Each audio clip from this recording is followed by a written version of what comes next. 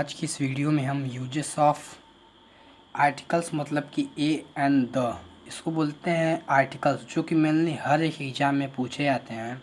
तो वीडियो को पूरी देखिएगा, स्किप मत कीजिएगा, आपको आज समझ में आ जाएगा कि जो ए एन और द का यूज जो होता है वो कहाँ कहाँ हम लोग मेनली करते हैं।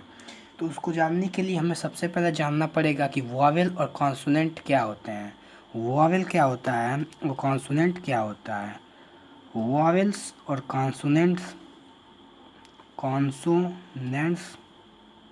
क्या होते हैं।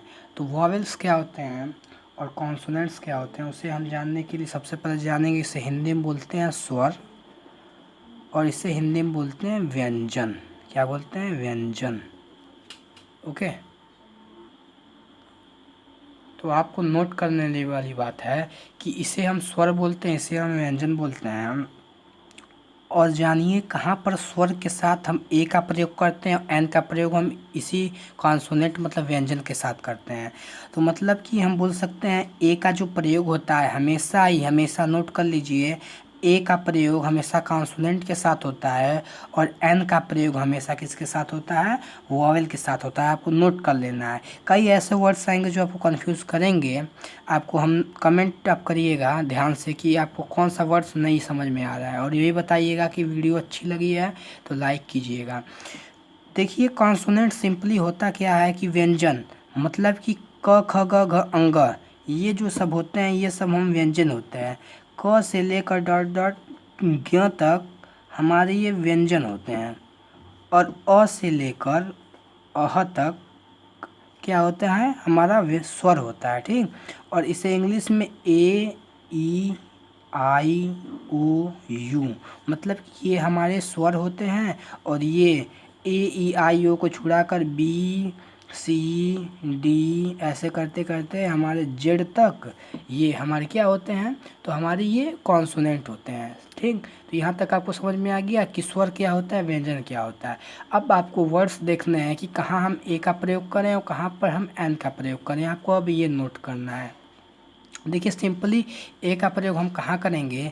जैसे कि कोई एक वर्ड आ गया, जैसे बुक आ गया, अब कोई पूछ दिया कि ये बुक के साथ किसका प्रयोग करेंगे, तो हमेशा आपको नोट कर लेना है कि ये फर्स्ट वाला लेटर हम देखेंगे क्या है। ये फर्स्ट वाला लेटर देखिए क्या है, ये ए ई आई ओ यू में आता है नहीं, इसका मतलब वॉवेल ये नहीं है। कॉन्सोनेंट में देखिए बी पहले ही आता है, मतलब ये बी पहले ही आता है, तो ये क्या है? कॉन्सोनेंट है। तो ये इसके साथ किसका प्रयोग होगा? तो ए का प्रयोग होगा, क्योंकि ये क्या है? पहला लेटर क्या है? इसका कॉन्सोनेंट्स है, तो इसलिए इसके साथ क्या प्रयोग होगा? ए का। तो क्या हो जाएगा? A book. अब जैसे एन का प्रयोग करने के लिए आ गया हमारा जैसे देख सकते हैं कार हो गया, तो कार में भी आपका देख सकते हैं क्या कार में प्रयोग होगा? तो कार।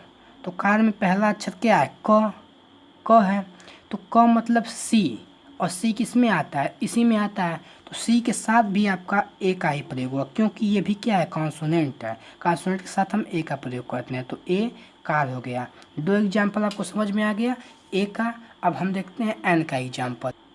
अब एन का एग्जाम्पल देखने के लिए, जैसे कि आपको चींटी मतलब आंट होता है, तो आंट आप ले लीजिए, आंट मतलब एंट, ये मान लीजिए स्मॉल लेटर में एंट। ठीक, तो ये आपका ये ए के लिए हमने एग्जाम्पल दिया था, एग्जाम्पल ए का था, और ये एन के लिए एग्जाम्पल है।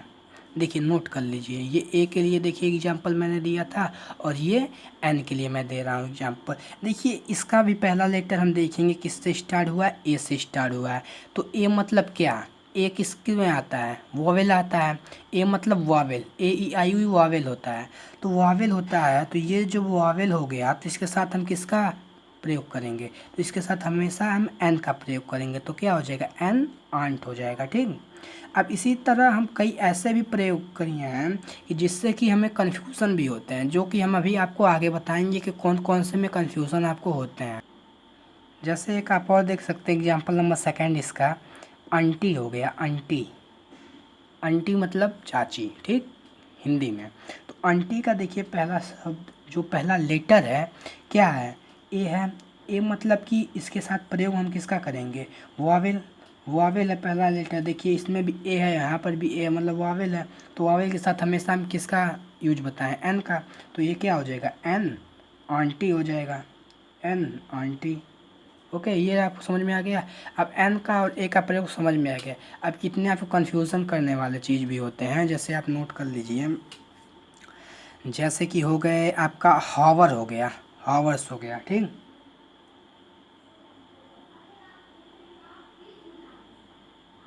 हावर्स हो गया। ओके, हॉनेस्ट हो गया। अब देखिए इसके साथ हम किसका प्रयोग करेंगे, यूरोप हो गया।